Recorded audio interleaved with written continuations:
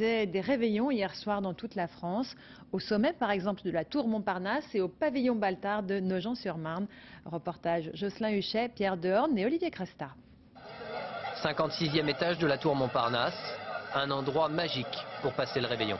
J'aime bien quand il y a beaucoup de monde comme ça fait à peu près comme toute une grande famille, quoi. Ceux qui vont fêter Noël ici n'ont pas toujours de toit. Ils sont exclus, vivant dans la rue ou en grande précarité. La Fondation de France et l'association Autre Monde leur offrent un véritable Noël pour oublier un peu leur quotidien. Les personnes qui sont invitées ici trouvent un moment dans leur vie, ou en tout cas dans l'année, où ils sont accueillis en vrais invités, où ils sont servis à table, ils ont des cadeaux.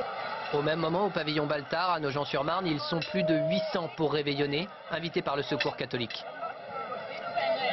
Tout au long de l'année, ils reçoivent des colis d'aide alimentaire ou des vêtements, car ils n'arrivent plus à joindre les deux bouts.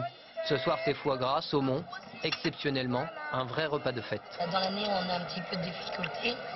Effectivement, on n'a pas toujours les moyens de faire quelque chose de bien pour les enfants. Et là, c'était vraiment important parce qu'il y a un accueil qui est formidable.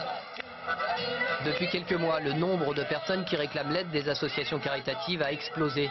Ils sont 15% de plus qu'à Noël dernier. Pour le Secours catholique, Noël 2008 a donc un goût amer. À partir du moment où il y a la crise économique et moins de croissance, et encore moins d'emplois créés. Et ces emplois, c'est d'abord les emplois les moins qualifiés qui vont le plus souffrir. Donc les personnes que nous recevons. Le risque, c'est que l'année prochaine, la salle soit encore plus remplie qu'elle ne l'est cette année. Le temps de ce réveillon, ils auront un peu oublié leurs soucis. Mais selon toutes les associations, l'année à venir va être difficile pour ceux qui vivent dans la précarité.